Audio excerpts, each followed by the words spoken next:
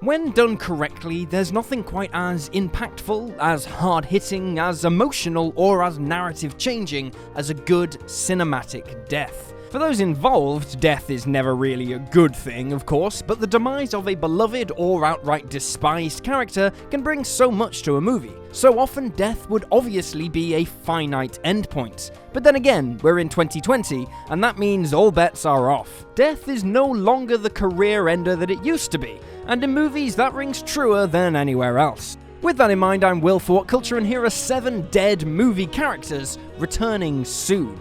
7. Vision. For the most part, those characters seen oft in Avengers Infinity War were brought back to existence in Avengers Endgame. Unfortunately for Vision though, his resurrection was not on the cards. While Endgame brought back those snapped out of existence by Thanos, the film could not do anything for those who were vanquished by other means in its predecessor, with Vision being one of these characters. If you'll remember, Paul Bettany's character had his head caved in as Thanos pulled out the Mind Stone, and that death remained a permanent arrangement as the picture concluded and rolled into Endgame and beyond. Vision will soon be back in action, however, as he'll be on headlining duties alongside Scarlet Witch for Disney Plus's WandaVision miniseries. Consisting of 6 one-hour episodes, the show is due to premiere on the House of Mouse's streaming platform this December, and we'll see Wanda Maximoff and Vision in their own little bubble of bliss. It is yet to be confirmed, but it is believed that the majority of what we'll see in WandaVision mostly stems from the Scarlet Witch's reality warping abilities, with the show seemingly touching on the mental strains and unhinged powers so often seen as a key part of the comic book Scarlet Witch character. 6. Miles Quaritch. The Pandoran War of James Cameron's Avatar saw plenty of deaths on both sides, and one of these was Colonel Miles Quaritch. The guy was a military jerk who finally got his comeuppance by the time that Cameron's revolutionary 2009 movie came to a close. However, despite his death, it has been announced that Stephen Lang's deceased character of Miles Quaritch will be back for at least the first of the 3 planned Avatar sequels. Granted, the lavish, unrestricted world of the Avatar franchise does mean that all bets are off, and nothing is ever off the table when it comes to ideas and plot twists, and let's face it, anytime Stephen Lang gets to devour scenery on the big screen is always a good time. Still, it will be interesting to see how they pull this one off. 5. Grace Augustine. Colonel Miles Quaritch isn't the only Avatar character due for a resurrection, with Sigourney Weaver's Grace Augustine another whose 2000 demise is going to be glossed over as Cameron's franchise continues on. It was actually the aforementioned Quaritch who was responsible for Augustine's death, with Grace's murder just one of the many that Quaritch was responsible for in the movie. Despite Weaver herself teasing that she was returning to the Avatar franchise as a completely different character to Grace, James Cameron has now reiterated that Grace will be back, the same Grace that we all saw die.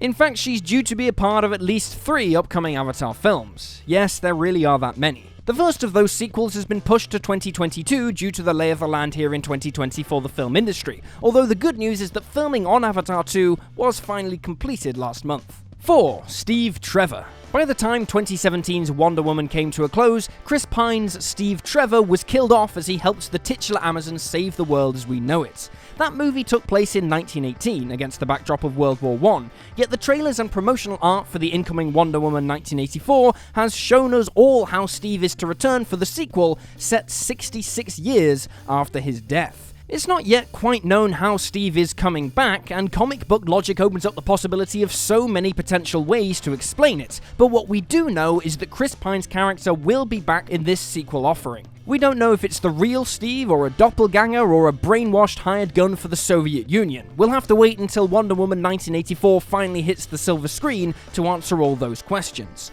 Initially pegged for December 2019, Wonder Woman 1984 has now seen its release pushed back 4 times. 3. Obi-Wan Kenobi. In terms of memorable movie deaths, few are as impactful as the first time you see Alec Guinness's Obi-Wan Kenobi die in battle with Darth Vader. Of course, death wasn't enough to stop Obi-Wan, for he'd return as a Force ghost in both The Empire Strikes Back and Return of the Jedi. Even after that, we'd get to see more from Kenobi as George Lucas's prequel trilogy saw the beloved Jedi go from Padawan to Jedi Master across the 3 films. Now, Kenobi will again have the spotlight shone on him in his own Disney Plus miniseries. Made up of 6 one-hour episodes, this currently untitled show will pick things up with Obi-Wan in between the events of Revenge of the Sith and A New Hope. This would cover the time where he's apparently just being a hermit on Tatooine, taking the name of Ben Kenobi and largely existing in the shadows, keeping an eye over infant Luke Skywalker. And while we're on Star Wars, apparently Boba Fett is another character returning to our screens, although that will be as a minor player in the second season of The Mandalorian. 2. Electro. The superhero genre is one that obviously lends itself extremely well to characters being brought back from their supposed graves, and one such deceased character who is soon to resurface is Jamie Foxx's Matt Dillon. Dillon, aka Electro, was the main villain of The Amazing Spider-Man 2 back in 2014. That movie was a bit all over the place, trying to set up about 8 films at once, before they were all cancelled in response to its poor reception. Regardless of the lackluster final project, the second outing for Andrew Garfield's Warcrawler did see Jamie Foxx on fine form as Electro. That fine form wouldn't stop him from dying in the film after absorbing too much power courtesy of Spidey and Gwen Stacy. Just last month though, Fox confirmed that he will be returning as Electro for December 2021's third MCU Spider-Man film. It appears that Doctor Strange and the concept of the multiverse is the reason for the electrically fueled rogue jumping from the realm of Garfield's Spider-Man into the world of Tom Holland's Webhead, although the multiverse idea offers up so many possibilities as to how we'll see Max Dillon once more.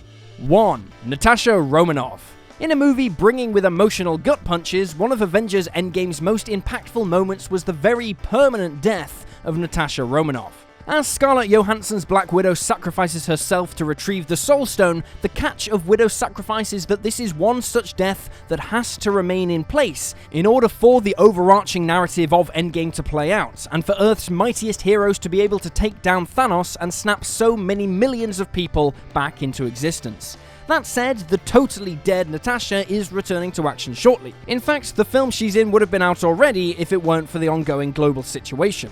Finally getting the chance to headline her own movie, Johansson's Black Widow picture was originally scheduled to be this past May. The landscape of 2020 saw the feature become one of the multitude of movies that have been pushed and pushed back, with the release tentatively set for May 2021. At the very least, unlike with Electro and Vision, we do know exactly how Black Widow is returning. This is a prequel set between Captain America Civil War and Avengers Infinity War. Which means, at least for this film, Black Widow is very much alive.